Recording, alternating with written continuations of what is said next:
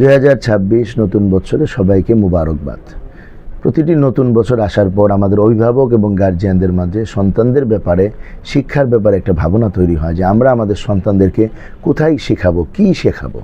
এই ক্ষেত্রে আমি একটি পরামর্শ দিয়ে বলবো যে আসলে আমরা আমাদের সন্তানদেরকে সবচেয়ে ভালো, সবচেয়ে প্রয়োজনীয়, সবচেয়ে উপকারী শিক্ষাটাই আগে দেওয়ার চেষ্টা করি। আসলে দুনিয়াতে অনেক শিক্ষা আছে, তবে কোন শিক্ষা সবচেয়ে বেশি উপকারী, সবচেয়ে বেশি প্রয়োজনীয়, সেটা আমাদেরকে যুক্তির নিরিখেও বোঝার চেষ্টা করা দরকার। আমরা দেখি জীবনে শিক্ষা মানুষ কেন লাভ করে? শিক্ষা লাভ করে জীবনের উপকারের জন্য, জীবনের শান্তির জন্য। আমাদের জীবনের দুটি ধাপ আছে, ইহকালীন ধাপ, পরকালীন ধাপ। ইহকালীন ধাপের আবার কয়েকটি ধাপ আছে, যেমন ব্যক্তি জীবন, পারিবারিক জীবন, রাষ্ট্রীয় জীবন, আন্তর্জাতিক জীবন। এটা হচ্ছে ইহকালীন ধাপ। আর পরকালীন ধাপগুলো হচ্ছে আখেরাতের যাত্রা, যেমন মৃত্যুর মাধ্যমে কবর, হাসর, মিজান, পুলসেরাত, তারপরে জান্নাত কিংবা জাহান্নাম। এটি হচ্ছে আখেরাতের ধাপ। তো এই ধাপগুলোর মধ্যে যেই শিক্ষা সকল ধাপে উপকার পৌঁছাতে পারে সেটা হচ্ছে সবচেয়ে প্রয়োজনীয় শিক্ষা, এবং সবার আগে সেটা শেখা দরকার। তো আমরা যদি দুনিয়ার এই জাগতিক সকল শিক্ষার দিকে দৃষ্টি দিই, তাহলে আমরা দেখব দুনিয়ার মধ্যে দু ধরনের শিক্ষা চলে। এক ধরনের শিক্ষা হচ্ছে যা জীবন শেষ হওয়ার আগেই তার কার্যক্ষমতা শেষ হয়ে যায়। আরেক ধরনের শিক্ষা জীবন শেষ হওয়ার আগে তার কার্যক্ষমতা শেষ হয় না, বরং জীবন শেষ হওয়ার পরেও সেটা বাকি থেকে যায়। তো এই দুই শিক্ষা হলো দুনিয়ার মধ্যে প্রচলিত।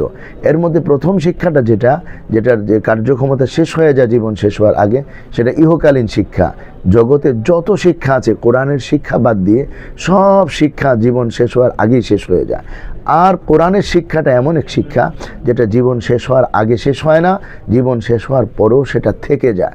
এই জন্য এই শিক্ষাটাই সবচেয়ে বেশি প্রয়োজন, সবার আগে প্রয়োজন। মুসলিম হিসাবে আমাদের সন্তানদেরকে এই শিক্ষাটা দেওয়া খুবই জরুরি। এই কারণে আমি তুলনামূলক কয়েকটা পার্থক্য করে দেখাচ্ছি। আমাদের উদ্দেশ্য কোনো শিক্ষাকে তুচ্ছ করা নয়, বরং সবচেয়ে বেশি প্রয়োজন কোন শিক্ষা সেটা আমাদের সামনে পরিষ্কার করা। যেমন দেখেন, দুনিয়ায় চলতে গেলে আমাদের টাকা পয়সা দরকার, নিরাপত্তা দরকার, সব কিছু দরকার হয়। তবে এগুলো দুনিয়ার মধ্যে লেখাপড়ার করার মাধ্যমেই তৈরি হয় না, বিভিন্ন প্রসেসিংয়ের মাধ্যমে সেটা আনতে হয়। কিন্তু কোরআনুল কারীমের মধ্যে আল্লাহ পাক সূরা বাকারার মধ্যে একটি আয়াত দিয়েছেন, আয়াতুল কুরসি বলা হয়। হাদিস শরীফের মধ্যে বর্ণিত হয়েছে, ইদা আওয়াইতা ইলা ফিরাশিক ফাকরা আয়াতাল কুরসি ফাইন্নাহু লা ইয়াজালা মিনাল্লাহি আলাইকা হাফিজুন ওয়া লা ইউকাররিবুকা শায়তানুন। যখন তুমি ঘুমাতে যাবা, আয়াতুল কুরসি পড়ে ঘুমিয়ে যাবা, তাহলে সকাল পর্যন্ত আল্লাহ তাআলার পক্ষ থেকে নিরাপত্তা দানকারী ফেরেশতারা পাহারা দিবে, শয়তান কাছেও আসতে পারবে না। দেখেন, দুনিয়ার জাগতিক শিক্ষার মাধ্যমে নিরাপত্তা অর্জন করা বড় কঠিন জিনিস, সম্ভব না। কিন্তু কোরআনুল কারীমের একটা আয়াত পড়লেই নিরাপত্তা চলে আসতেছে। এটার জন্য কোনো বয়স লাগে না, সার্টিফিকেট লাগে না, যে কোনো সময় যে কেউ তেলাওয়াত করবে, এতেই কিন্তু ফায়দাটা পাওয়া যাবে। দ্বিতীয়, আপনি দেখেন অর্থনৈতিক প্রয়োজনীয়তা। সবাই অর্থের জন্য পড়াশোনা করে, কাজ করে, মেহনত করে, কিন্তু অর্থ শুরু করলেই আসে না, বরং কাজ করতে করতে একটা জায়গায় যেতে হয়, পড়তে পড়তে একটা জায়গায় যেতে হয়, তারপর অর্থ আসে। কিন্তু কোরআনুল কারীমে আল্লাহ পাক রব্বুল আলামিন সূরাতুল ওয়াকিয়া দান করেছেন, যে ওয়াকিয়ার ব্যাপারে আল্লাহ নবী সাল্লাল্লাহু আলাইহি ওয়াসাল্লাম ইরশাদ করেন, মান করা সূরাতুল ওয়াকিয়াতি ফি কুল্লি লাইলাতিন লাম তুসিবহু ফাকাতুন আবাদা। যে ব্যক্তি সূরাতুল ওয়াকিয়া তেলাওয়াত করবে, প্রত্যেক রাতে তার ঘরে অভাব হবে না। তাহলে এই সূরা তেলাওয়াত করার জন্য বয়স লাগে না, সময় লাগে না, যে কেউ ছোট হোক, বড় হোক, নারী হোক, পুরুষ হোক, তেলাওয়াত শুরু করা মাত্রই কিন্তু বরকত চলে আসবে। এটা আল্লাহ রাসূলের ওয়াদা দেওয়া। এইভাবে সূরা ইয়াসিনের ব্যাপারে আছে, সূরা তাবারাকাল্লাযীর ব্যাপারে আছে, বিভিন্ন সূরার ব্যাপারে বিভিন্ন ফজিলত বর্ণিত হয়েছে। তো আমরা যদি দু শিক্ষাকে নিয়েই, জাগতিক শিক্ষা শুরু করলে কোনো লাভ আসে না, বরং একটা পজিশনে গেলে সার্টিফিকেট তৈরি হয়, তারপরে লাভ শুরু হয়, তাও আবার জীবন শেষ হওয়ার আগে সেটা শেষ হয়ে যায়। কিন্তু কোরআনের শিক্ষাটা এমন, যেটা শুরু করে দিলেই হয়, বয়সের প্রয়োজন হয় না, জীবন শেষ হলেও শেষ হয় না, তারপরেও চলতে থাকে। যেমন দেখেন, দ্বিতীয় ধাপ আখিরাতের ধাপ। সেখানে আমাদেরকে কবরে যেতে হয় মৃত্যুর মাধ্যমে। মৃত্যু আমাদের সবার আসবে, কিন্তু মৃত্যুর যেটা যন্ত্রণা সেটা আমরা সবাই দেখি। পশু জবাইয়ের সময়, গরু ছাগল জবাইয়ের সময় আমরা দেখতে পাই কি পরিমাণ কষ্ট হয়। তা আমাদেরও দুনিয়াতে যাওয়ার সময় কিন্তু কষ্টটা হবে। আমাদের নবীজিও বলেছেন, ইন্না লিল মাউতি সাকারাত, মৃত্যুর কষ্ট আছে।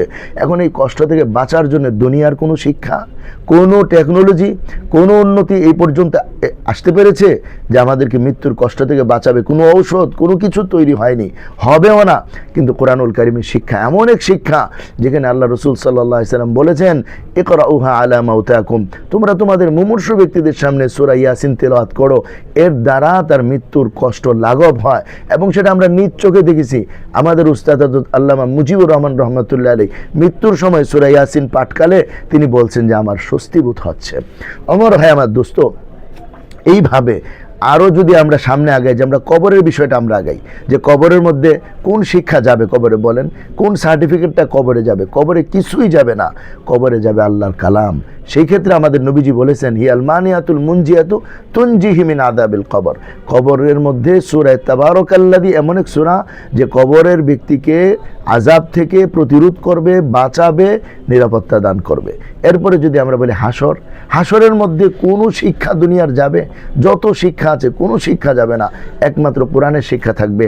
আমাদের নবীজি সাল্লাল্লাহু আলাইহি সাল্লাম এক হাদিস শরীফের মধ্যে বলেছেন, সূরাতুন মিনাল কোরআন, কোরআনুল কারীম একটি সূরা আছে, মা হিয়া ইল্লা 30 আয়া, 30 আয়াত বিশিষ্ট, খাসামাত আন সাহিবিহা হাত্তা আদখালাতুল জান্নাহ। এই সূরাটা তার সাথীর ব্যাপারে পাঠকের জন্য আল্লাহর কাছে ঝগড়া করে তাকে জান্নাতি বানায় দেবে। এজন্য নতুন শিক্ষাবর্ষের শুরুতে আমি আমার সমস্ত মুসলমান ভাই বোনদের কাছে এই আবদার করতে চাই, আপনি একটু ভাবেন, একটু চিন্তা করেন কোন শিক্ষাটা আগে প্রয়োজন, সেটা আমাদেরকে দেখা দরকার। তাহলে আমরা দেখলাম কোরআনের শিক্ষা জীবনের প্রথম ধাপ, শেষ ধাপ, মৃত্যুর আগে, মৃত্যুর পরে সর্বজায়গায় আমাদের জন্য উপকার পৌঁছাতে পারে। সুতরাং আগে আমরা কোরআনের শিক্ষা অর্জন করি, তারপরে আমরা অন্য অন্য শিক্ষা অর্জন করি। যত বৈধ শিক্ষা আছে, কোনো শিক্ষা শিখতে কোনো নিষেধ নাই, কোনো পড়া পড়তে কোনো বাধা নাই, কিন্তু কোরআনের শিক্ষাকে বাদ দিয়ে নয়, কোরআনের শিক্ষাকে আগে রেখে তারপর অন্য শিক্ষা। এখন যদি আপনি মনে করেন আমার সন্তান পরে কোরআন পড়বে, আমি বললাম আচ্ছা পরে পড়বে, এখন যদি সে কোরআন না শিখে অন্য শিক্ষা লাভ করতে গিয়ে দুনিয়া থেকে বিদায় নিয়ে চলে গেল, কোরআন শিখলো না, তাহলে তার কবরের অবস্থা কি হবে, হাসরের অবস্থা কি হবে, মিজান পুলসিরাতের অবস্থা কি হবে, সেটা আমাদের সবার ভাবার দরকার আছে।